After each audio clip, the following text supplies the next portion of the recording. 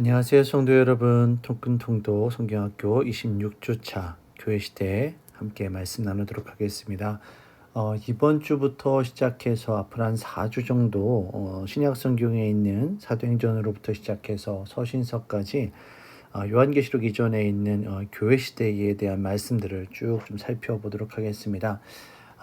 신약은 그리고 또 교회 시대에는 다룰 내용이 조금 많습니다. 그래서 많은 내용을 좀 다뤄야 되다 보니까 자세히 설명을 못 드리고 좀 빨리빨리 진행할 수도 있습니다. 여러분께서 그 점 양해해 주시기를 바라겠습니다. 자, 교회 시대 좀 먼저 살펴보도록 할 텐데요. 교회 시대에 먼저 시간 순서를 함께 살펴보도록 하겠습니다. 예수님께서 이제 십자가에서 달려 죽으시고 부활 승천하신 이후에 제자들에게 예루살렘에 남아 기도할 것을 명령하셨죠. 그리고 약 AD 30년 경에 오순절 다락방에 성령께서 임하심으로 말미암아 이제 교회 시대가 시작되어집니다. 그러면서 아나니아와 삽비라가 죽는 이런 그리고 어려움도 있었고 일곱 집사를 뽑게 되어지는 갈등도 있었습니다. 그리고 이제 스데반 집사가 이제 순교하게 되어지고 이제 중요한 것이 이 AD 35년 이 어간에 스데반 집사의 순교로부터 시작해서 예루살렘 교회가 이제 흩어지게 되어지죠. 그리고 이 중심에 사울이라는 인물이 있었습니다. 사울이 회심을 하게 되어지고 바울이 되어져서 이방인을 위한 선교 사역을 감당하게 되어지죠. 또 함께 우리가 살펴봐야 될 중요한 사건이 AD 약 40년경에 로마 백부장이었던 고넬료가 베드로가 복음을 전함으로 인해서 회심하는 일이 일어납니다. 그리고 이제 이 바울의 1차 전도 여행이 있어요. 그러면서 이제 이방인들에게 복음이 증거되어졌을 때 고넬료에게도 그런 현상이 있었는데 성령께서 임재하심으로 말미암아 하나님께서 예수 그리스도의 그 구원의 역사가 유대인에게만 제한되는 것이 아니라 이방인에게까지도 모두 다 적용되어짐을 그들이 확인을 하게 되어집니다. 그래서 예루살렘 공의회에서 이 문제를 가지고 이방인에게 복음의 길이 구원의 길이 열려 있다. 그리고 이방인에게 율법에서 정하고 있는 할례를 요구해서는 안 되겠다. 이런 것들을 정리하게 되어지죠. 그리고 이제 AD 50년에서 60년 사이에 사도 바울의 2차 전도여행, 3차 전도여행이 있었고요. 바울의 로마행이 계속해서 이어지게 되어집니다. 그리고 중요한 사건이 AD 64년에 로마의 대화재가 일어납니다. 그러면서 네로 황제가 이 대화재의 그 원인으로 기독교인을 이제 지목하게 되어지고 박해를 시작합니다. 그러면서 베드로와 바울이 차례대로 순교하게 되어지고요. 그리고 이제 그 반란이 일어나게 되어지면서 예루살렘 성전이 AD 70년에 파괴가 되어집니다. 그래서 이 로마 대화제 이전까지의 교회의 박해는 대부분 유대주의자들의 박해였습니다. 유대교를 신봉하는 자들이 예수님을 십자가 못 박아 죽였던 것처럼 예수님을 믿고 따르는 그 제자들을 신성 모독이라는 이유로 이제 핍박을 했던 거죠. 하지만 이 로마 대화제 이후에는 이제 그 로마 황제와 로마 군사들이 정치적인 군사적인 이유를 가지고 이제 유대인뿐만이 아니라 그 핵심에 있는 이제 그리스도인들을 핍박하고 박해하게 되어지는 것이죠. 이런 대체적인 교회 시대의 흐름을 좀 살펴보시면서 함께 성경을 읽어가시면 좋을 듯합니다. 자, 먼저 사도행전을 살펴볼 텐데요. 사도행전은 이 누가에 의해서 기록이 되었습니다. 그러면서 이제 초대교회 가운데 특별히 예수 그리스도의 십자가 복음이 어떻게 증거되어졌는지 우리에게 좀 보여주게 되어지는데 사도행전은 크게 두 부분으로 나누어서 볼 수가 있습니다. 첫 번째는 1장부터 12장까지의 말씀인데요. 여기에서는 초대교회가 어떻게 형성이 되어졌고 어떻게 확장되어졌는지 그리고 그 가운데 어떤 어려움이 있었는지를 보여줍니다. 처음에 초대교회가 확장되어질 때는 베드로라든지 요한이라든지 이런 주의 그 사자들이 기적을 행하는 일들이 나타납니다. 그리고 복음을 증거하게 되어지죠. 처음에는 베드로가 그랬던 것처럼 예수님을 믿고 따르는 자들이 나타납니다. 하지만 점차 시간이 지나면 지날수록 이 반대하는 세력들이 나타나게 되어지죠. 여기 핵심되는 인물들이 바로 유대주의자들입니다. 그러면서 이제 스테반 집사의 순교가 7장에서 있게 되어지고요. 유대인들이 복음을 거절하고 이제 스테반 집사의 순교로 인해서 초대교회 박해가 시작되어지면서 복음이 예루살렘뿐만이 아니라 예루살렘과 온 유대와 사마리아 땅끝까지 복음이 증거되어지는 그 계기가 되어집니다. 그래서 선교 핵심이 이전에서는 이제 예루살렘이었다라면 이제 안디옥으로 이전하게 되어지게 됩니다. 그러면서 이제 이방 땅에 복음이 증거되어지는 것들을 보게 되어지는데 8장, 9장, 10장, 11장, 12장 계속해서 보시면 사마리아 그리고 사마리아에서 에디오피아 내시가 회개하게 되어지고요. 사울이 회개하게 되어지고요. 백부장 고넬료가 회개하게 되어지고요. 이방인들이 복음을 받아들이게 되어지고요. 그리고 점차적으로 복음이 확장되는 것을 볼 수가 있습니다. 그리고 이제 두 번째 파트가 되어지는 이제 13장부터 28장까지가 되어지는데 이 1장부터 12장의 핵심 인물은 베드로입니다. 베드로를 중심으로 예루살렘 교회 안에 유대인들에게 어떻게 복음이 증거되어지는지를 계속해서 이야기하고 있어요. 그런데 사도행전 후반부가 되어지는 13장부터 28장은 대부분이 사도 바울이 핵심적인 인물 역할을 하게 되어집니다. 그래서 사도 바울이 안디옥 교회를 중심으로 이방인들에게 복음을 전하게 되어지죠. 그러면서 이 사도행전 후반부는 사도 바울의 복음 전도 여행과 그리고 로마에 압송되어지는 이야기 그리고 땅끝까지 복음이 증거되어지는 이야기로 계속해서 전해지게 되어집니다. 사도행전에 나타난 교회의 어떤 그 형성과 발전을 살펴보게 되어지면 교회 형성기는 1장과 7장의 사이에서 나타나게 됩니다. 유대인 중심으로 유대인과 예루살렘 중심으로 베드로의 핵심 인물을 통해서 확장이 되어지죠. 그것이 AD 30년에서 31년간 약 1년가량의 이야기가 되어집니다. 그러던 것이 스데반 집사의 이제 순교를 비롯해서 이제 복음이 사마리아와 좀 팔레스타인 중심으로 복음이 증거되어지고요. 여기서 이제 베드로와 바나바의 역할이 강조가 됩니다. 그래서 이때가 약 31년에서 46년까지 약 15년 정도가 되어져요. 그러던 것이 이제 안디옥 교회를 중심으로 안디옥 교회와 바울 중심으로 이방인에게 복음이 증거가 되어집니다. 사도 바울의 1차, 2차, 3차 복음 전도행이 있게 되어지죠. 이것이 약 47년에서 67년, 약 1년간의 역사가 되어집니다. 그리고 이제 67년 이후로부터는 초대교회의 박해의 시기가 다가오게 되어지는 것이죠. 자, 시간 흐름으로 살펴보는 교회 시대 잠깐만 보도록 하겠습니다. 보시면은 이제 교회 시작이 성령 강림, 스데반의 순교를 비롯해서 이제 교회가 성령 강림을 통해서 시작되어졌고요. 스데반의 순교를 비롯해서 이제 핍박이 시작되어지면서 교회가 유대와 사마리아와 안디옥과 땅끝까지 이르러 복음이 증거되어지는 것을 볼 수가 있습니다.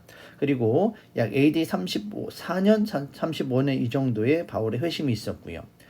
이 스데반 집사의 순교에 사도 바울이 직간접적으로 역할을 감당했던 것 같아요.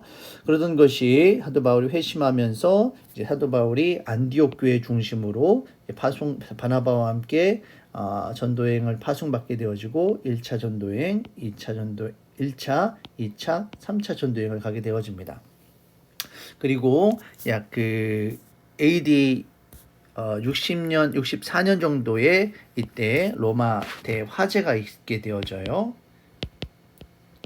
그래서 여기서 나타나고 있지 않지만 이제 재수감된 이후에 약 66년 또는 67년 정도에 사도 바울이 순교한 것으로 보여집니다. 자, 그리고 그때 기록되어졌던 성경들 잠깐 보시면 사도행전은 이제 교회 탄생부터 사도 바울의 로마 이제 전도까지를 쭉 전체적으로 다루고 있고요. 그 중간중간에 사도 바울의 1차 전도의 여행 때 갈라디아서, 그리고 야고보서 이렇게 기록이 되어지고 먼저 이제 보실 게 신약 성경은 복음서가 있고요. 그리고 서신서가 있고요. 그리고 계시록이 있습니다.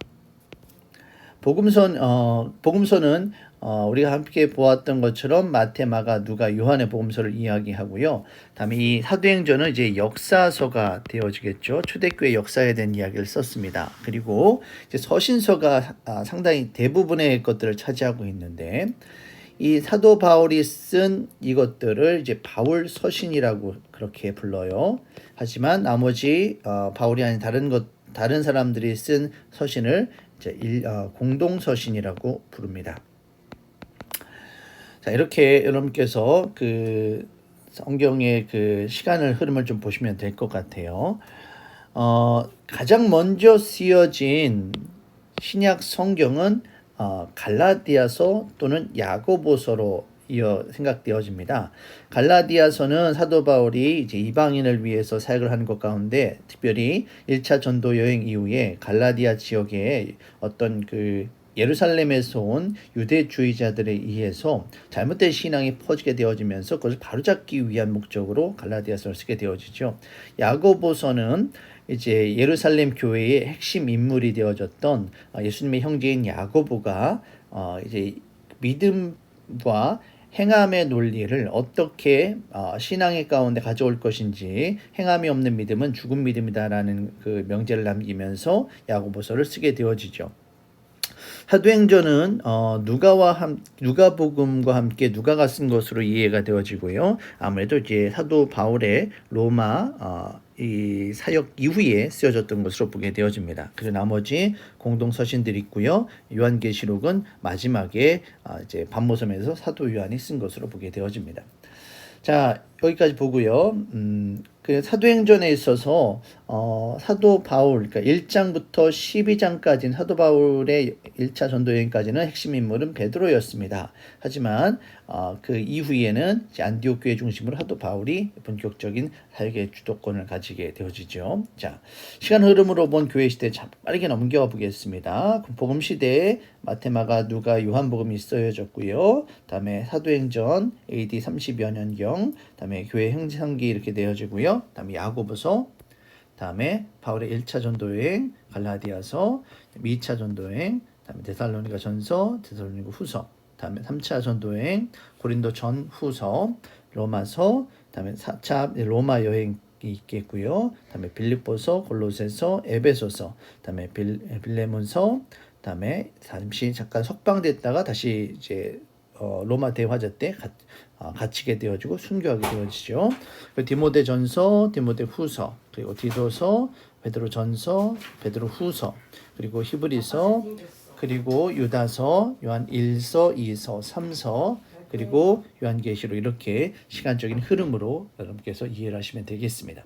우리가 오늘 교회 시대는 이처럼 사도행전부터 요한계시록까지의 이 말씀을 우리가 교회 시대라고 보고, 사실 교회 시대는 지금까지도 계속해서 이어지고 있는 거예요. 근데 성경에 기록된 이 교회 시대는 사도행전부터 계시록까지다라는 것을 보시고 함께 말씀을 읽어 나가도록 하겠습니다. 자, 우리 교회 시대를 살펴볼 텐데 교회 시대에서 중요한 것은 바로 하나님의 나라입니다. 하나님의 나라는 성령의 권능으로 임하게 되어지죠.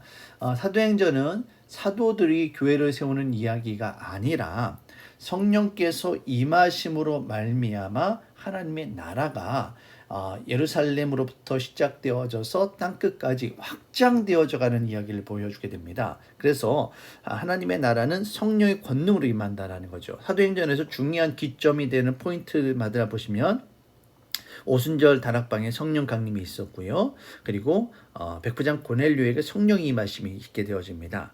그런 이처럼 성령의 역사하심으로 중간중간에 이 하나님의 나라가 확장되어지는 것을 보게 되어지죠. 두 번째는 하나님의 나라는 모든 사람에게 임하게 되어진다는 것입니다. 단순하게 유대인들에게만이 아니라 땅끝까지 이르러 모든 사람에게 임하게 되어진다는 것이죠. 그리고 하나님의 나라는 점진적으로 확장이 된다. 한 번에 확 퍼지는 것이 아니라 마치 작은 누룩이 번지면서 온 그 반죽을 이제 변화를 시키는 것처럼 그 십자가 복음이 초대교회 예루살렘 교회로부터 시작이 되어졌지만 이것이 이제 예루살렘과 온 유대와 사마리아 땅끝까지 로마까지 전해졌고요. 로마에서 다른 지역까지 점진적으로 퍼져나가는 모습으로 하나님의 나라가 확장되어졌음을 알 수가 있습니다. 교회는 성령 하나님이 주인이심을 사도행전에서는 계속해서 이야기합니다. 특별히 사도행전 1장 8절 말씀을 보시면 오직 성령이 너희에게 임하시면 너희가 권능을 받고 이렇게 이야기하시면서 결국 교회는 성령 하나님의 주도 아래 확장되어짐을 이야기하고 있지요. 또 요한계시록에서도 보시면 귀 있는 자는 성령이 교회들에게 하시는 말씀을 들을지어다 라고 하시면서 우리 교회가 하나님의 말씀을 듣고 그 말씀 앞에 순종함으로 땅끝까지 이르러 복음의 증인이 되어야 함을 이야기하고 있습니다. 함께 우리가 또 기억해야 될 것은 이 창세기에서 이스라엘 하나님께서 선택하신 언약의 백성들이 하나님의 축복으로부터 멀어지게 된 결정적인 사건이 있습니다. 바로 무엇입니까? 바벨탑 사건입니다. 바벨탑을 쌓아서 하나님 앞에 자신의 교만함을 쌓고 하나님께서 심판하실 때 그 심판으로부터 모면하려고 하는 그런 이야기를 하죠. 하나님께서 홍수 심판을 하신 이후에 다시는 물로 심판하지 않겠다라고 약속해 주셨어요. 하지만 인간은 그 약속의 말씀을 믿지 않고 하나님께서 심판하실 때 그 물로부터 안전하게 피하고자 하는 마음으로 바벨탑을 쌓았던 거죠. 하나님의 말씀을 믿지도 않았고 하나님 앞에 교만함으로 쌓았던 겁니다. 그래서 그 하나님께서 바벨탑을 흩으시는데 그때 어떤 현상이 나타납니까? 언어가 혼잡해지고 흩어지는 일이 나타납니다. 이 바벨탑으로 인해서 인간의 언어가 흩어졌고 모였던 사람들이 흩어졌다라는 것이죠. 그런데 반대로 오순절 성령 강림 사건 가운데 특이한 것이 하나 있습니다. 무엇입니까? 바로 방언의 역사입니다. 방언이 성령의 임재로 말미암아 은사가 나타나고 방언을 말하게 되어지는데 방언을 통해서 서로 다른 지역에 있는 사람들임에도 불구하고 각자의 언어로 이 말씀이 들려지더라는 거죠. 그러면서 어떻게 됩니까? 교회가 모이게 되어집니다. 결국 인간의 죄로 인해서 바벨탑을 쌓게 되어지고 하나님의 역사하심으로 언어가 혼잡하게 되어지고 흩어지게 되어졌다면 반대로 하나님의 그 축복의 구원의 역사로 말미암아 오순절 성령이 임하시고 그다음에 방언의 역사가 나타나고 교회가 모이게 되어졌다는 것이죠. 우리가 결국 이 말씀들을 통해서 우리가 성령 하나님의 말씀에 순종함으로 주의 뜻을 이루어야 됨을 우리는 다시 한번 확인하게 되어집니다. 사도행전 2장 42절을 중심으로 교회의 세 가지 기능을 좀 살펴보면 교리적 기능이 있습니다. 바로 사도들의 가르침을 받아 바로 복음을 이제 가르치고 전파해야 된다는 것을 이야기하게 되어지죠. 또 두 번째는 친교적 기능입니다. 바로 서로 교제하고 떡을 떼며 서로 양육하고 교제하고 구제하는 일이 교회 안에서 있어야 되겠습니다.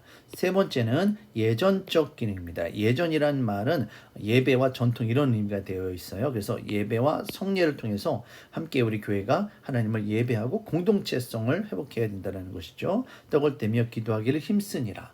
이처럼 교회가 교리적 기능을 감당하고 친교적 기능을 감당하고 예전적 기능을 감당함으로 말미암아서 이제 증가하게 되어지고 확장되어지는 모습을 보게 되어지죠. 여기서 이제 교리적 기능에 해당되는 것들이 어떤 게 있겠습니까? 전파와 가르침인데 오늘날 우리들에게 이야기한다면 제자 훈련이라든지 아니면은 말씀 훈련이라든지 아니면 교회 학교라든지 이처럼 하나님의 말씀을 통해서 우리 신앙이 훈련되어지는 것을 성경 말씀을 우리가 배우게 되어지는 것을 알 수가 있죠.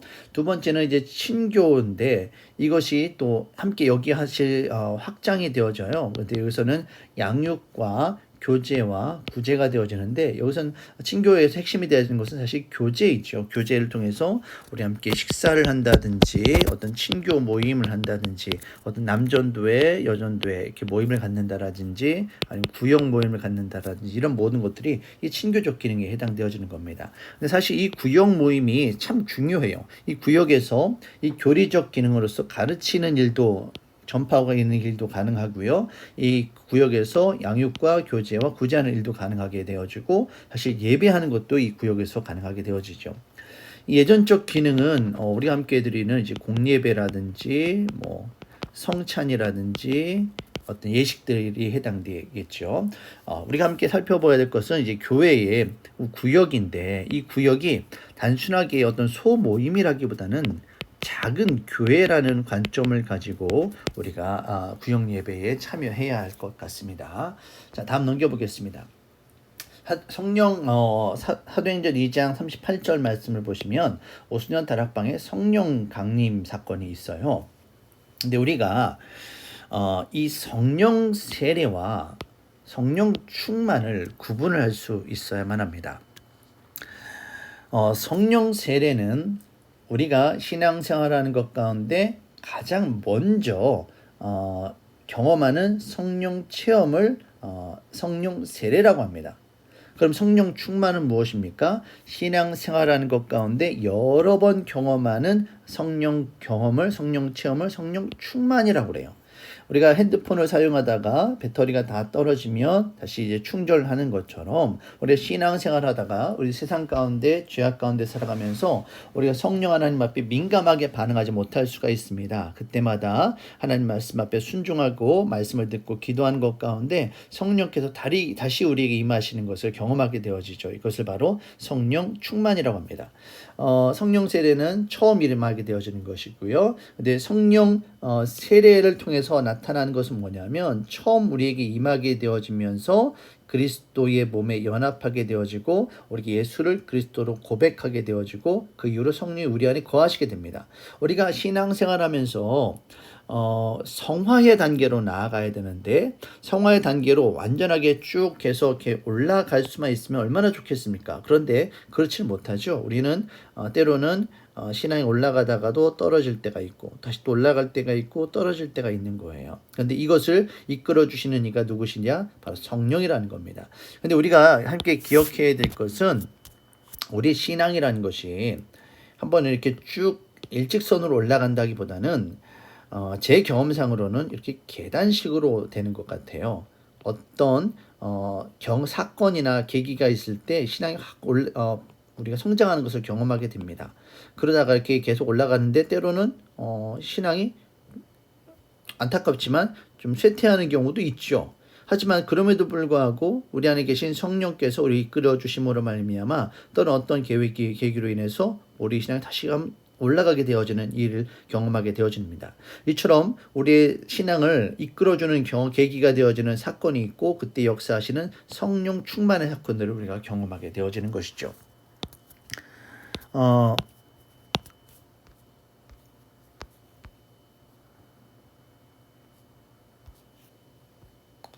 자, 여기서 또 이제 보실 것들이 성령 세례는 모든 신자에게 임하지만 성령 충만은 순종하는 신자에게, 결국 어디에 말씀 앞에 순종한다라는 거죠. 그래서 성령 세례는 성령이 내주하심을 경험하는 것이고, 성령 충만은 성령이 주인이 되어져서 성령께서 역사하시는 성화의 단계로 우리가 나아가게 되어지는 것입니다. 사랑하는 우리 행복한 교회 모든 성도님들이 성령 충만한 믿음 생활할 수 있기를 간절히 축원합니다. 자, 이 사도행전의 시기를 잠깐 돋보시면, 이제 이 지도가 당시에 이제 초대교회 당시에 있었던 지도의 모습인데요. 예루살렘으로부터 시작해서 이제 복음이 전파되어지는 그런 모습들을 그려주고 있습니다. 초대교회 가운데 물리적인 박해가 있었다라면 베드로, 요한, 스데반, 야고보, 바울과 같은 교회 지도자들이 당시에 어떤 그 유대주의자라든지 로마 황제라든지 이런 사람들에 의해서 어떤 핍박을 받게 되어지고 흩어지게 되어진 것이죠. 이런 외부적인 박해뿐만이 아니라 내부적인 사실 갈등도 있었습니다. 아나니아와 삽비라처럼 그러니까 바나바와 같은 충실한 정말 신실한 믿음의 사람들이 있었는가 하면 아나니아와 삽비라와 같은 그렇지 못한 사람들도 그 안에 분명히 있었다라는 것이죠. 그래서 교회 안에서 참된 믿음을 가진 사람들과 그렇지 못한 사람들로 인해서 갈등이 벌어지게 됩니다. 그러면서 구체적으로 대표적인 사건이 어떤 게 있었냐면 바로 그 헬라파 과부들이 구제 대상에서 제외되는 사건이 일어납니다. 아무래도 예루살렘 교회의 핵심 인물들은 유대인들이었어요. 그런데 그 유대인들이 아무래도 자신의 그 종족인 유대 과부들을 먼저 돌보게 되어진 거죠. 그러면서 교회 안에 들어와 있는 헬라파 과부들이 구제 대상에서 좀 소홀히 되어지고 제외되는 사건이 일어나면서 이 예수님의 제자인 베드로와 요한을 비롯한 이 사도들이 복음 증거와 이제 기도와 이런 것에 사도 본연의 사역에 집중하고 나머지 것들을 감당할 수 있도록 이제 7의 집사들이 세워지게 되어지죠. 그리고 그 가운데 한 사람이 바로 스데반이었고 스데반의 이제 순교를 통해서 복음이 흩어지게 되어지는 겁니다. 자, 초기 사도들의 역할이 사도들이 어떻게 사역을 감당했는지 잠깐 좀 보시면 이제 사도행전에 나타나는 이 7 집사들 가운데 스데반 집사 이외에 복음 증거하는 데 주도적인 역할을 감당한 것으로 기록되는 인물이 바로 빌립입니다. 빌립이 복음을 전하게 되어지는데 자, 여기가 예루살렘이에요. 예루살렘에서 빌립이 이제 아스클롯에서 그리고 이제 가이사랴로 지나가면서 빌립이 아스도에서 복음을 전하고요. 그리고 에디오피아 여왕 간다게 내시기에 세례를 베풀게 되어지고 이런 모습이 있게 되어집니다. 그리고 이제 베드로 같은 경우에는 예루살렘에서 이 요바에서 베드로가 도르가를 살리게 되어지고 또 10장 베드로가 고넬료의 집에서 설교하고 이제 세례를 베푸게 되어지고요. 그리고 이런 일이 있게 되어지고 이 사마리아도 하나님의 말씀을 받았다함을 듣고 이제 예루살렘 교회가 베드로와 요한을 이제 사마리아로 파송하게 되어집니다. 그리고 그 이후에 이제 안디옥 교회까지 이제 복음이 교회가 세워지게 되어지는 것이죠. 이 편을 여러분께서 그냥 간략하게 한번 살펴보시면 충분히 이해하실 수 있을 것 같습니다. 자, 사도행전의 핵심 인물인 사도 바울입니다. 사도 바울이 이제 9장에서 회심을 하게 되어지는데요. 사도 바울은 길리기아 다소 출신입니다. BC 1세기경 헬라 철학의 본고장이며 동서양이 합류한 지점으로서 이 다소는 헬라 철학과 로마적 세계관이 혼합되는 그런 특징을 받게 되어집니다. 그러면서 사도 바울은 이곳에서 유대 율법과 또한 헬라 철학을 함께 배우게 되어집니다. 이 사도 바울은 가말리엘이라고 하는 유대 율법 학자가 있는데요. 그 가말리엘의 문화생으로 엄격하게 히브리식 율법 교육을 받았던 당대 최고의 율법 학자였습니다. 그래서 사도 바울은 유대인으로서는 이제 베냐민 지파가 되어지고요. 그리고 동시에 로마 시민권자였던 겁니다. 그래서 사도 바울은 유대인들을 향한 그런 정말 복음 증거에 대한 마음도 있었고 율법에 대한 해박한 또 지식도 가지고 있었어요. 그러나 동시에 또 로마 시민권자로서 자신이 가진 특권을 이용해서 복음을 증거하는 데 큰 역할을 감당하지요. 이 사울이란 이름은 유대식 이름입니다. 히브리식 이름이에요. 어떤 분들은 사울에서 바울로 이름을 바꾼 것 아니냐라고 하는데 그렇지 않습니다. 사울은 히브리식 이름이고요. 바울은 헬라 이름입니다. 그러니까 예를 들어 저희 큰아이 같은 경우에는 미국 시민권자예요. 저희 아이가 미국에서 태어났거든요. 그래서 미국에서 태어났을 때 저희 큰아이의 이름이 에이브람 은혁 박입니다. 에이브람은 미국식 이름인 거예요. 은혁은 한국식 이름이죠. 그러니까 사울은 우리 개념으로 이야기한다면 사울은 이제 유대 이름, 바울은 로마 이름 이렇게 이해를 하시면 될 것 같습니다. 자, 넘겨서요. 자, 바울의 회심과 초기 사역을 잠깐 지도를 통해서 살펴보도록 하겠습니다. 자, 사도 바울이 다메섹에 있는 그 예수님 믿는 자들을 체포하기 위해서 허가를 받기 위해서 허가를 받고 다메섹으로 이제 가게 되어지죠. 근데 여기에서 바울이 예수님을 만나고 회심하게 됩니다. 그리고 세례받고 새롭게 발견한 믿음을 곧바로 선포하게 되어지죠. 그리고 다시 바울이 아라비아 광야로 도망갔다가 다시 돌아옵니다. 다메섹에서 회심한 이후에 예루살렘으로 돌아왔다가 다시 돌아가는 그런 일들이 있게 되어져요. 그리고 요빠 그리고 이 다소로 자신의 고향인 다소로 돌아가게 됩니다. 그리고 다소에 있던 이제 사도 바울을 이제 바나바가 안디옥으로 데려오게 되어지고요. 그리고 예루살렘에 있는 그 예수님의 제자들에게 소개를 하게 되어지고 교제를 하게 되어지죠. 그리고 다시 안디옥으로 돌아와서 바울과 바나바가 계속해서 사역을 이어가게 되어집니다. 자, 바울의 전도 지역 지도입니다. 여러분께서 중요한 지역들 좀 살펴보시면 여기가 예루살렘이고요. 여기가 다메섹이고요. 여기가 안디옥, 다음에 여기 사도 바울의 고향 다소입니다. 그리고 에베소, 버가모, 드로아, 빌립보, 그리고 데살로니가, 아덴, 고린도, 여기가 로마가 되어지고요. 이 지역에 대한 지형들을 머릿속에 넣으시고 성경을 읽으시면 성경이 좀 입체적으로 다가오실 것 같습니다. 자, 이 가운데 자, 넘어갈게요.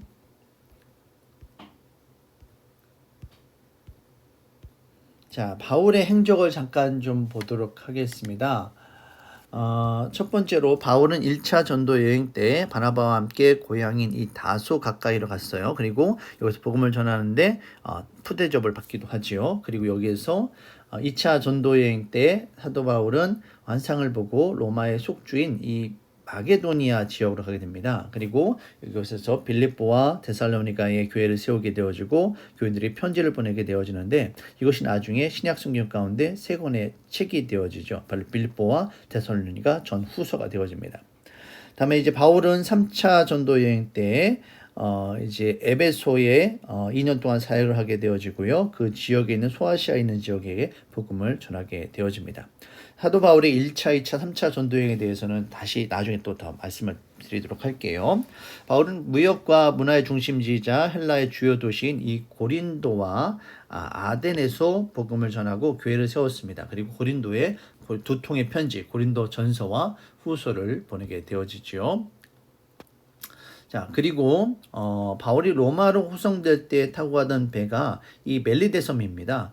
이제 바울이 이제 그레데를 지나서 멜리데를 지나서 이제 로마로 들어가게 되어지는데 이 멜리데 섬에서 이제 뱀에 물리는 사건이 일어나고 그리고 그 섬에 있었던 추장의 아버지를 열병으로부터 구해주는 일이 있게 되어집니다. 그리고 로마 제국의 수도인 이 로마에서 2년 동안 개인 자택 감금이 되어지고 복음을 전하게 되어졌다가 잠시 이제 해방되었다가 로마 화재 이후에 다시 잡히고 로마 네로 황제에게 붙잡혀서 사형을 선고를 받게 되어지고 순교하게 되어집니다. 자, 시간 흐름으로 본 서신서의 분류, 타임테이블과 그리고 교회 형성기 그리고 쓰여진 그 서신서들 이렇게 기록이 되어 있습니다. 아까도 설명드렸던 거였기 때문에 그냥 표만 보고 빨리 넘어가도록 하겠습니다. 자, 교회 확장과 서신서들인데요. 사도 바울의 전도 여행을 중심으로 사도 바울의 사역을 중심으로 사도행전에 어떻게 배치가 되어졌고 그 당시에 어떤 그 서신서들이 쓰여졌는지를 이렇게 보여주고 있어요. 이 분홍색으로 표현된 것들은 다 그 사도 바울이 쓴 바울 서신입니다. 하지만 이 파란색으로 표현된 것들은 사도 바울이 아니라 다른 사도들에 쓰여졌다라고 해서 이제 공동 서신이 되어지겠죠. 자, 넘어가도록 하겠습니다. 자, 이제 지금까지 사도행전에 대한 내용들을 좀 살펴보았다면 이제 야고보서의 내용을 살펴보도록 하겠습니다. 야고보는 예수님의 제자 야고보가 아니라 예수님의 형제 야고보예요. 예수님의 형제 야고보가 이제 예루살렘 교회의 이제 중심 인물이 되어집니다. 베드로는 말씀과 복음 증거의 사역을 감당하게 되어지고 교회를 이제 치리하고 다스리는 일은 이제 야고보가 주로 이제 감당하게 되어지죠. 그러면서 야고보서는 이제 행함이 있는 믿음을 강조하게 되어집니다. 그래서 야고보서는 크게 네 부분으로 나누게 되어지는데요. 1장에서는 시험을 인내함으로 너희의 믿음을 보여라. 그리고 편견 없는 사랑으로 너희의 믿음을 보여라. 그리고 3장에서는 너의 입술의 혀를 다스림으로 믿음을 보여라. 그리고 4장에서는 선한 행동을 통해서 너희 믿음을 보여라. 이렇게 그리고 마지막 격려함으로 이야기하게 되어집니다. 결국 믿음의 증명을 뭘로 통해서 나타낸다라고 합니까? 행함입니다. 행함으로 믿음을 보여줄 것을 이야기하게 되어지죠. 여러분 여기서 우리가 함께 보셔야 될 건 뭐냐면 바울과 야고보의 비교를 좀 한번 해보도록 하겠습니다. 바울은 강조점이 뭐냐면 바로 믿음이었습니다. 믿음으로 하나님 앞에 의롭게 되는 이신칭의의 복음을 강조하죠. 하지만 야고보는 어떻습니까? 행위로서 사람들 앞에서 의롭게 됨 그리고 그들의 믿음을 증거하는 것에 나타나 있어요. 그래서 관점이 이 바울은 복음을 증거하기 위해서 특별히 이 이방인들에게 복음을 증거하기 위해서 이 바울 서신을 썼다 보니까 칭의적 믿음에 대한 이야기들이 상당히 많아요. 근데 야고보는 이방인이 아니라 유대인들을 대상으로 사역했던 인물입니다. 그러다 보니까 유대인들은 이미 율법을 지켜 행하는 것들이 강력해요. 그리고 특별히 이 당시에 교회 핍박과 박해가 있었습니다. 이것들을 어떻게 이겨내느냐? 너희들의 믿음을 통해서 이 행함을 통해서 믿음을 증거할 것을 요구했던 것이죠. 그래서 사도 바울과 야고보가 복음을 전했던 상황이 달라요. 대상이 다릅니다. 그래서 이 둘이 전혀 다른 것처럼 이야기하지만 결국 사실은 같은 믿음을 이야기하고 있는 겁니다. 사도 바울은 믿음을 통해서 우리가 구원을 받고 구원을 받음으로 성화의 단계에 이르게 되어진다는 것을 이야기합니다. 그리스도 안에서 믿음을 통해서 영원히 의롭게 됨을 이야기하게 되죠. 그런데 이것은 이 사도 바울의 관심은 이 믿음에 더 많이 가 있었어요. 하지만 야고보는 이미 구원받은 유대 그리스도인들을 향해서 너희가 어떻게 성화의 단계까지 나아갈 것이냐. 그래서 너희들의 삶 가운데 믿음을 어떻게 증거할 것이냐. 그리스도처럼 행함으로 매일의 증거로 의롭게 됨을 강조하게 되어지는 거죠. 그래서 야고보는 이 성화 쪽에 더 관심을 가졌던 것을 여러분 이해하시면 될 것 같습니다. 자, 넘겨보시면 야고보서의 특징입니다. 야고보서는 실천적 순종에 대한 강조가 있고요. 예수님 가르침에 대한 의존, 본인이 어떤 신학적인 논리를 제시하기보다는 예수님께서 전해주신 그 말씀을 해석하고 설명하는 것에 더 중대한 관점을 두고 있습니다. 그리고 율법과 복음의 조화에 대한 인식을 가지고 있습니다. 당연하죠. 여기에는 유대인들을 대상으로 하고 있기 때문입니다. 유대인들에게 믿음으로 어떻게 살아갈 것이냐. 그것에 대한 이야기를 하고 있습니다. 그리고 이제 부의 위험에 대한 인식을 갖고 있는데 왜냐하면 야고보서는 예루살렘 교회의 지도자였습니다. 야고보는 예루살렘 교회의 지도자였어요. 예루살렘 교회는 당시에 여러 가지 가난과 어떤 구제와 이런 어려움들이 있었습니다. 그래서 이제 바울과 바나바가 이방인 교회들, 이제 안디옥 교회를 중심으로 해서 여러 교회에서 헌금을 모아서 예루살렘 교회를 돕는 일이 있었거든요. 그러니까 예루살렘 교회는 재정적으로 좀 어려움이 많았습니다. 그래서 그 가운데에서 이 부의 불균형으로 이제 부자인 자들이 가난한 자들을 돕고자 하는 그런 것들에 대한 인식이 많이 있을 수밖에 없었다라는 것이죠. 야고보서가 말하는 참 종교의 세 가지는 바로 이 언어, 말씀에 대한 순종이 있고요. 그리고 이제 재물에 대한 것들이 있고요. 결국엔 세속에 물들지 않는, 결국에는 이 야고보서는 이 재물을 어떻게 재물과 육체로 해당되어지는 이 혀를 어떻게 하나님의 말씀 앞에 순종할 수 있을 것인가, 이것에 대한 이야기를 하고 있는 겁니다. 자, 이것과 함께 바울 서신의 이중 구조를 살펴보시면 바울은 교리적인 내용으로서는 이 칭의적 구원의 성격을 상당히 강조하고 있습니다. 하지만 동시에 삶의 실천, 바로 성화적 구원에 대한 이야기도 반드시 빼놓지 않고 하고 있습니다. 그래서 바울 서신과 야고보서를 완전 분리해서 완전 다른 책으로 서로가 정말 다른 개념으로 보는 것이 아니라 상호 보완의 개념으로 여러분께서 이해하시면 좋을 것 같아요. 자, 시대로 보는 사도 바울의 1차 전도 여행 빠르게 넘어갈게요.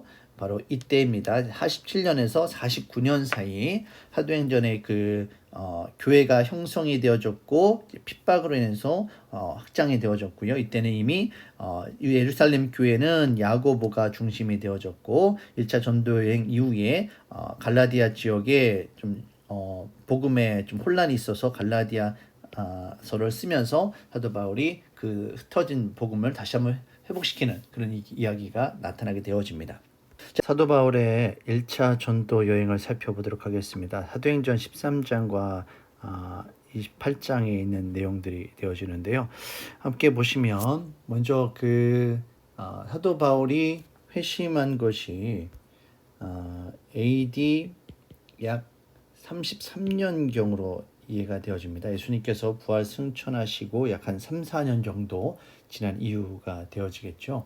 그렇게 되어지고 전도여행을 떠나게 된 시점은 AD 47년에서 49년으로 이야기되어집니다. 그러니까 약 2년 동안 전도여행을 다녀오게 되어집니다. 이때 거리는 약 2,240km의 거리를 이동한 것으로 보여지고요. 이때 바울과 함께 동역했던 핵심 인물은 바로 바나바가 되어집니다. 이때 사도 바울과 바나바가 이제 이방 땅에 복음을 증거하면서 이방인들도 예수님을 믿고 구원받을 수 있는 그런 가능성을 확인하게 되어집니다. 그리고 이것과 함께 그들에게 있어서 유대 율법과 할례를 적용시킬 것인가, 여기에 대한 문제가 발생하게 되어지지요. 그래서 이제 예루살렘 교회 이 공의에 모여서 이제 이방인들에게는 율법의 엄격한 지침과 그리고 할례를 요구할 것이 아니라 그들을 그 가운데 우상의 더러운 것, 음행과 목매어 죽이는 것, 피를 멀리하고 그들이 믿음으로 말미암아 구원받게 되어지는 것을 확인하게 되어지는 예루살렘 공의회가 1차 전도 여행 이후에 있게 되어집니다. 사도 바울의 전도 여행의 루트를 간략하게 살펴보시면요, 바로 이것이 안디옥입니다. 안디옥에서 사도 바울과 바나바가 이제 파송이 되어지죠. 실루기아로 육로를 통해서 가게 되어지고요. 다음에 이제 구브로 섬, 이 키프로스라고 하는데요. 이 구브로 섬이 사도 바울의 고향입니다. 그래서 이곳에서 살라미와 이제 바보를 지나가면서 복음을 전하게 되어지고요. 그리고 이곳에서 총독 서기오 바울이 회심하는 일이 이때 있게 되어집니다. 그리고 이제 버가로 통해서 이제 비시디아 안디옥으로 이동하게 되어지고요. 이곳에서 복음을 전할 때 유대인들이 강력하게 사도 바울을 저항하게 됩니다. 그래서 이것을 피하면서 사도 바울이 이고니온과 이고니온가 이동하게 되어지는데, 여기서도 복음을 전하다가 유대주의자들에게 있어서 살해 위협을 받게 되어지고 사도 바울이 도망을 치게 되어지죠. 루스드라와 더베로 이제 지나가게 되어지면서 복음을 전하게 됩니다. 그리고 이제 더베에서 다시 루스드라와 이제 반대 방향으로 돌아오게 되어지는데, 이제 루스드라에서 안진뱅이를 고치고 바나바가 이제 신으로 오해받는 일이 이때 있게 되어집니다. 그리고 다시 이고니온과 비시디아 안디옥 그리고 이탈리아로 돌아와서 배를 타고 안디옥으로 돌아오는 이 여정을 통해서 복음을 전도여행을 감당하게 되어집니다. 처음에는 더베까지 가는 길은 복음을 전하고 교회를 세우는 일을 중심을 했었다라면, 더베에서 다시 돌아오는 길 가운데에서는 이전에 세웠던 교회들이 제대로 견고하게 서 있는지 그들을 돌보고 교회를 굳건하게 하고 그렇게 하고 안디옥으로 돌아온 거예요. 그래 안디옥으로 돌아와서 이제 이방인들에게 복음을 전하고 그들에게 율법과 할례를 요구할 것인가, 이것에 대한 문제가 있어서 예루살렘 공회에서 모여서 이제 이것을 결정하게 되어지죠. 이 사도 바울의 1차 전도 여행의 결과물로 나타난 것이 사실 갈라디아서입니다. 사도 바울이 1차 전도 여행을 통해서 복음을 전했는데요. 이 갈라디아는 이 지역입니다. 이 비시디아 안디옥, 이고니온, 루스드라, 도베, 이 소아시아 지역에 있는 이 지역을 갈라디아 지역이라고 불러요. 그래서 사실 갈라디아 교회가 있었던 것이 아니라 갈라디아 지역에 있는 교회들에게 사도 바울이 1차 전도 여행 때 복음을 전했던 그 교회들에게 편지를 보낸 겁니다. 왜 보냈느냐면 사도 바울이 이신칭의의 복음을 전했습니다. 그런데 사도 바울을 박해하고 반대하고 핍박하던 유대 율법주의자들이 특별히 예루살렘 교회에서 야고보의 이름을 사칭해서 거짓 교사들이 갈라디아 지역에 있는 교회들에게 가서 너희들이 믿음으로 구원받는 줄 아느냐? 그게 아니다. 믿음만이 아니라 너희가 율법을 지켜 행하고 할례를 받아야 구원받는다라는 거짓된 믿음을 전하게 되어집니다. 그래서 사도 바울이 다시금 갑작스럽게 급하게 갈라디아 지역에 있는 교회들을 향해서 그들의 좀 어지럽혀진 이 믿음과 구원의 교리를 바로잡기 위해서 이신칭의를 강조하기 원하는 마음으로 쓴 편지가 바로 갈라디아서예요. 그래서 갈라디아서의 핵심을 뭐라고 하느냐면 복음으로 누리는 자유함에 대한 이야기들을 하게 되어집니다. 이 갈라디아 교회의 세 부류는 바울파가 있었고요. 그리고 유대주의자들이 있었죠. 그리고 이 가운데 또 자유주의자들이 있었습니다. 이 세 파로 이 교회가 갈라지게 되어진 거죠. 대단히 혼란스러운 것 가운데 사도 바울은 참된 복음이 무엇인지를 다시 한번 이곳에서 이야기를 하게 되어집니다. 1장과 2장에서는 참된 복음이 무엇인지를 이야기하고 있고요. 그리고 3장과 4장에서는 이것이 어떻게 이신칭의의 믿음이 되어지는지, 어떻게 구원에 이르게 되어지는지 이것을 성경을 통해 성경적인 논리를 통해서 설명을 하게 됩니다. 그리고 5장과 6장은 이것을 적용으로서 그리스도 안에서 복음으로서 우리가 어떻게 참된 자유함을 누리게 되어지는지, 율법적 멍에를 끊어버리게 되어지고 성령의 역사하심으로 말미암아 육신적 멍에를 끊게 된다는 것을 사도 바울은 여기서 이야기하게 되어집니다. 여기서 중요하게 보셔야 될 것은 이 갈라디아 교회 안에, 갈라디아 지역에 있는 교회 안에 세 부류가 있다고 말씀을 드렸어요. 그 중에 두 번째와 세 번째, 유대주의자와 자유주의자가 있는데, 이 5장에서는 율법적 멍에를 끊음은 바로 유대주의자들에 대한 이야기입니다. 그러면 이 6장에서 성령은 육신적 멍에를 꺾는다라는 것은 뭘까요? 이 자유주의자들에 대한 공격에 대한 방어를 여기서 하게 되어지는 겁니다. 자, 이렇게 갈라디아서의 구조를 살펴보시고 여러분께서 참고하시면 좋을 것 같습니다. 갈라디아서의 말씀을 좀 더 자세히 알기 원하시는 분들은 우리 금요기도에 나오시면, 요즘 제가 금요기도회 때 갈라디아서를 강해 설교하고 있습니다. 여러분께서 참고하시고 예배 자리에 나오시기를 바라겠습니다. 바울 선신서의 핵심 메시지는 바로 이제 은혜이신 칭의가 되어집니다. 여기 있어서 이 중요한 개념이 네 가지가 있는데요. 하나는 칭의입니다. 칭의는 의롭다고 불러주는 거죠. 그래서 유대주의자들은 할례를 이야기하지만 성령 세례받고 성령께서 죄인이 아니라 의인이다라고 인쳐주시는 거예요. 부르는 겁니다. 자, 성화는 칭의의 연장입니다. 그래서 우리가 성령께서 우리 안에 역사하시고 사람의 순종을 통해서 성화를 이루어가는 겁니다. 그런데 이 성화가 이 땅 가운데서 완벽하게 이룰 수 있나요? 없지요. 그래서 이것이 하나님께서 우리 가운데 임하실 때, 하나님의 나라에 우리가 들어갈 때 완전히 이루게 되는 것이 무엇입니까? 바로 영화입니다.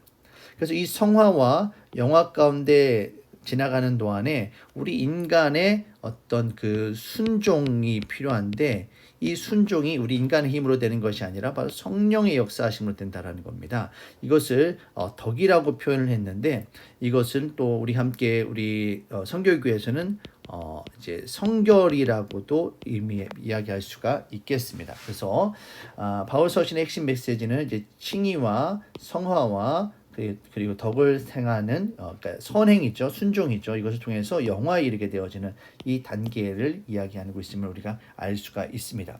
여기서도 알 수 있는 것이 결국에는 이 성화에 이르는 이 단계에서 사람의 성령과 사람의 동력이라고 하는데, 이 동력이 결국 무엇입니까? 순종이죠. 이것이 뭘까요? 야고보가 이야기하는 믿음의 증거입니다.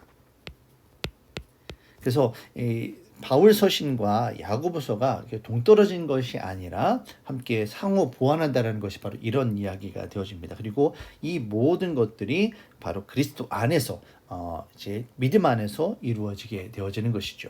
자, 율법과 은혜를 잠깐 좀 비교해 보도록 하겠습니다.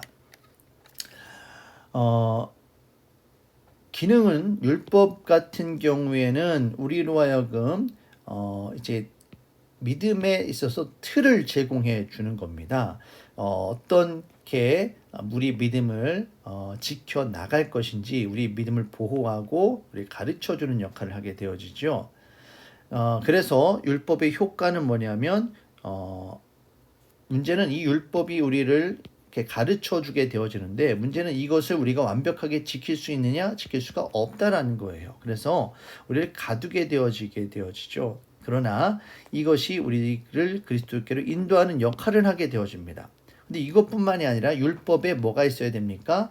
은혜가 필요하다라는 거예요. 결국에는 율법이라는 그 행위라는 그릇 안에 은혜로 대신되어지는 이 믿음으로 우리가 들어가는 이 알맹이가 필요하다라는 거죠.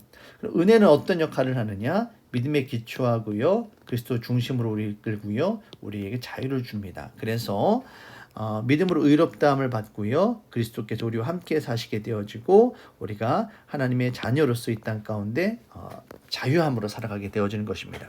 결국 정리를 하자면 율법은 우리의 죄를 선언하고 우리를 그리스도께로 몰아가며 순종의 삶으로 우리를 이끌게 되어지지만, 우리를 구원하기에는 무력하다, 안 된다는 것이죠. 결국에선 우리가 구원받는 것은 무엇입니까? 믿음으로 말미암아, 그리고 예수 그리스도의 은혜로 우리가 구원에 이르게 되어지는 것입니다. 자, 이처럼 율법과 은혜에 대한 말씀들을 잠깐 좀 비교해 보았습니다. 자, 갈라디아에서에 나온 성령의 열매 어떤 것들이 있습니까? 사랑과 희락과 화평과 오래 참음과 자비와 양선과 충성과 온유와 절제가 있어요. 성령의 9가지 열매는 이제 그 믿음으로 의롭다 칭함을 받는 이 의롭다 하는 이 행동에 대한 관점들이 있습니다. 여러분께서 제가 아까 말씀드렸던 것처럼 예수 믿는 자들의 삶 가운데 처음 성령께서 임하시는 성령 세례가 있습니다. 성령 세례는 우리를 구원으로 이끌게 되어지죠. 그리고 구원으로 이끄는데 이 과정 가운데 우리를 성화의 단계로 이끄는 것이 있습니다. 그것이 무엇입니까? 바로 성령 충만입니다. 성령께서 우리 안에 임하심으로 말미암아 우리 가운데 열매를 맺게 되어지는데 이 열매는 우리들의 성품의 변화예요. 그래서 예전에는 죄인된 우리였던 사람, 죄인된 우리가 하나님 나라 백성으로서 변화된 삶을 살게 되어지는 거죠.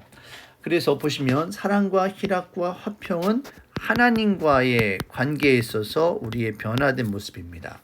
오래 참음과 자비와 양선은 누구입니까? 사람과 사람 사이의 관계예요. 그럼 충성과 온유와 절제는 누구입니까? 자기 자신에 대한 이야기입니다. 이처럼 성령의 열매를 통해서 우리가 하나님께서 기뻐하시는 하나님 나라 백성으로서 변화되어지며 성화의 단계로 이끌게 되어지는 겁니다. 근데 이것은 우리 인간이 행하는 것이냐? 아니다라는 겁니다. 결국에는 성령께서 하신다라는 거예요. 우리 교회의 모토가 하나님을 사랑하고 이웃을 사랑하고 사람을 살리는 바로 그 교회잖아요. 그래서 이 사랑의 역사하심으로 성령의 역사하심으로 말미암아 성령의 열매가 사랑과 희락과 화평을 통해서 하나님께로 나아가고 하나님을 더욱더 사랑하게 되어지고 그리고 오래 참음과 자비와 양선을 통해서 우리가 사람을 더 사랑하게 되어지고 그리고 충성과 온유와 절제로 인해서 자기 자신을 더욱더 사랑하게 되어지는 그런 변화의 삶을 살게 되어지는 것입니다. 이렇게 여러분께서 이제 성령의 열매를 통해서 변화된 삶을 사시기를 바라겠습니다. 자, 오늘 여기까지 이제 교회 시대 첫 번째 시간 마치도록 하겠습니다. 오랜 시간 동안에 수고 많으셨습니다.